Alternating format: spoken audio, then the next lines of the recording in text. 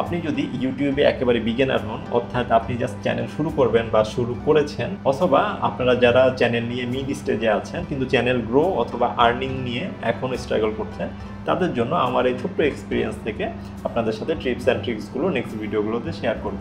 এর পাশাপাশি কোন প্রসেসগুলো ফলো করলে দ্রুত আপনাদের চ্যানেল গ্রো করবে এবং এর পাশাপাশি আর্নিংসটাও বাড়বে, সেই পুরো প্রসেসগুলোও ডিটেলসে আলোচনা করব। সেই ভিডিওগুলো একেবারে বিগিনার লেভেল থেকে আমি দেখাবো।